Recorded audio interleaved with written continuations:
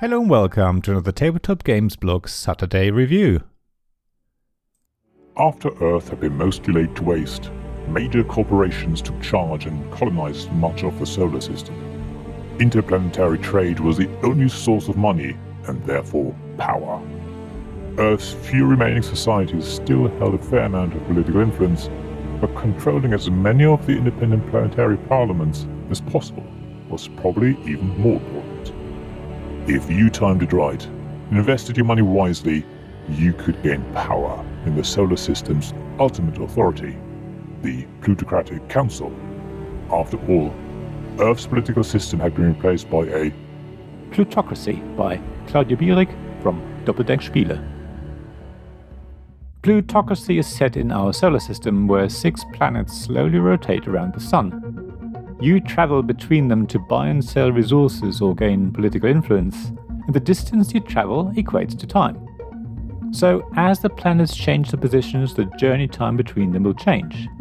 It is basically a changing map, which you have to take into consideration.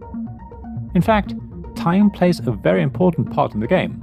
That's no surprise because the game's subtitle is Space is Time, is Money, is Power. So if you can get the timing right, you will get more money, which in turn will give you more power. And ultimately, that's what the game is about. You want to have the most representatives in the Plutocratic Council. They're basically your victory points, and the player with the most victory points at the end wins. There is a time track around the outside of the board, and you move your marker along the track based on the distance you travel at the end of your turn. Whoever's the furthest behind on the track is the current player. It's the same sort of mechanism you may have seen in Tokaido or Namiji, for example. So you can travel a long distance if you really need to, but chances are you will have to wait quite a while before the other players catch up and it's your turn again. Traveling a shorter distance lets you take it next turn sooner, and if you travel less than everyone else, you might even get 2 or more turns, one after the other.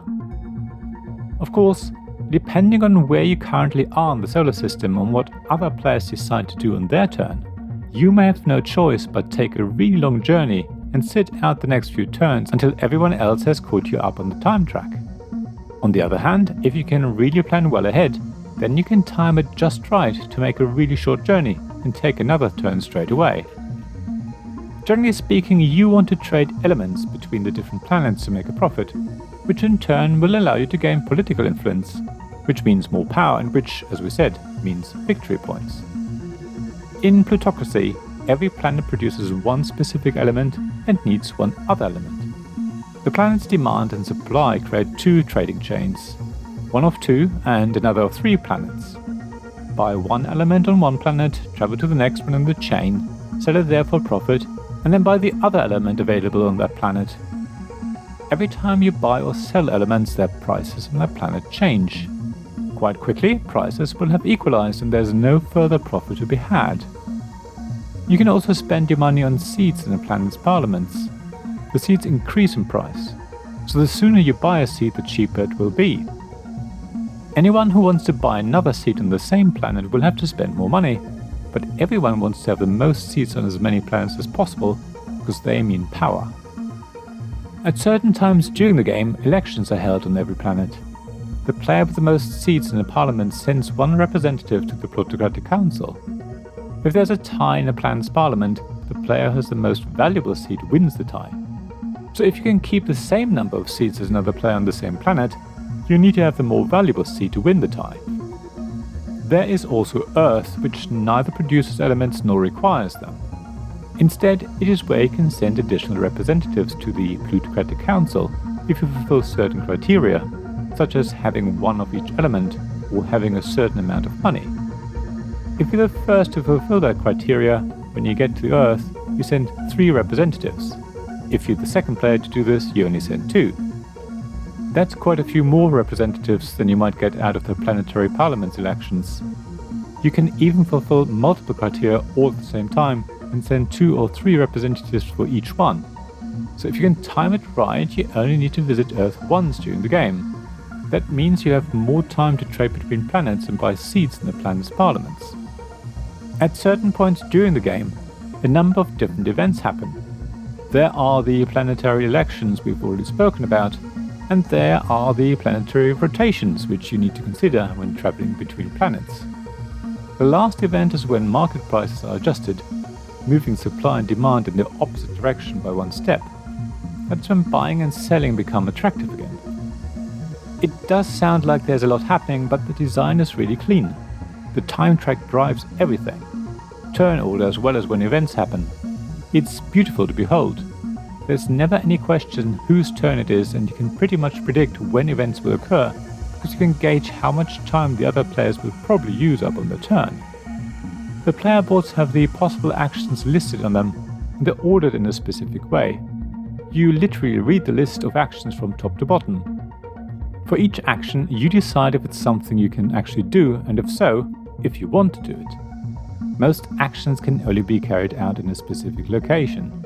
As you would expect, you can only buy and sell elements on a planet. It's really obvious and means you don't have to think about what order you want to do things in. I also love how the gorgeously shiny and metal-looking resource tokens record how much you have of everything. Your player board is divided into 6 sections, one for the money, the other 5 for each of the 5 elements. A bronze cube on the oxygen space represents 1 oxygen. A silver cube on your money space means you have 5 space euros. It's that simple. So, overall, the game flows really quickly and smoothly and doesn't take too long to explain. It's all pretty obvious and makes sense. In a way, that's also my problem with the game. When I first looked at the rulebook and saw Plutocracy's lovely components, I expected a heavier game with more and tougher decisions. It's a pick up and deliver game, but a very limited one. In other games of this type, you have at least 2 locations to pick up from, and at least 2 to deliver to. In Plutocracy, you can buy each element in only one specific place and can sell it in only one place. So if someone else does it before me, the prices will be ruined and my profit will have dwindled. Sure, I can do the same to the other player, but everyone ruining everyone else's profit isn't a game. Even if Plutocracy is a game about doing the opposite of what others do, it doesn't mean players have to make tough decisions. The thing is, the reason why I feel underwhelmed is that I was expecting a heavier game. The publisher explained to me that Plutocracy's focus is on the pick up and deliver element, and other than the planetary parliaments and Earth's role in the game, there's nothing else to distract you. It's all about timing. It's about deciding when you spend your money on the planetary parliament, or whether it's better to keep the cash to fulfill one of the requirements when you visit Earth. Even so, it does feel like there's something missing. If all you have to decide is when you should buy, sell or go to Earth, then Plutocracy doesn't deliver enough interest to players. It is a relatively quick game, but you end up making very similar decisions every turn, and more often than not you're forced to take a certain action over another, which means there is even less agency in the game. If I have my ship full of oxygen, but the market price means I'm not going to make a profit, I'm pretty much forced to sell it at a loss or for 0 profit, unless I still have some cash. Then I might be able to buy a seat in the planet's parliament. If instead my ship is empty and I have cash, then I might be forced to travel a long distance to a planet with an element with a profit margin, or might be lucky that the planet is close to me. It's not a real decision though. So for me at least, Plutocracy doesn't offer enough interest to want to play it multiple times. I can see how it might be the perfect game for some people though. If you want quite a simple game that plays in about an hour, and which has pick up and deliver and a changing map at its core, then Plutocracy is worth checking out. Thank you for listening to this Tabletop Games Blog Saturday Review podcast. Please check the description below for links mentioned in this episode, as well as to the written version of this article on the blog. If you enjoyed this episode, please subscribe, give us some stars or leave a review. Please also tell your friends about me, and if you want to offer financial support, check out my Patreon and Ko-fi pages, links to which you'll find in the blog at tabletopgamesblog.com. So thank you again for listening, and I hope to see you again soon. This podcast was made possible by the generous help of my supporters. Royal Patron Sean Newman, Magic Champion John Risley, Castle Guards David Miller and James Naylor, Dice Masters Alex Bardi, Paul Grogan and Robin Kay, Shining Lights Gavin Jones, Vukasin Nizovic, Sarah Reed, Richard Simpson, and Tim Vernick.